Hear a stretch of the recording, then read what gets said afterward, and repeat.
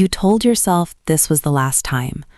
You remembered the pain, the confusion, the way your chest felt tight at night. You promised yourself you wouldn't go back. And yet, when they reached out, something in you softened. If you keep returning to someone who destabilizes you, this isn't weakness. It's wiring. And once you understand the wiring, the pattern starts to make sense. The strongest attachment doesn't come from consistent love. It comes from unpredictable love.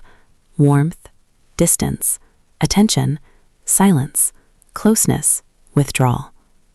Your brain releases more dopamine when reward is uncertain, not when it's steady. Uncertainty intensifies bonding. That's why instability can feel intoxicating, not because it's healthy, but because it's neurologically powerful. When they return, your nervous system relaxes, the anxiety drops, your breathing slows. That drop feels like love. But what you're feeling is relief.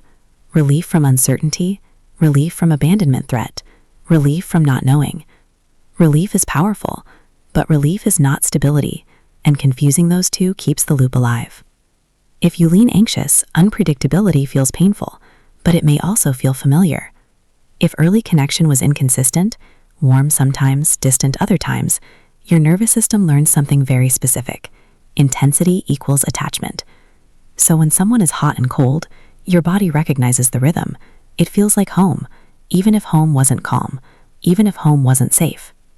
There's something else happening. When someone leaves and comes back, you don't just reconnect with them, you reconnect with possibility. The version of them who finally chooses you consistently. The version of the relationship that almost worked. The version where you finally feel secure.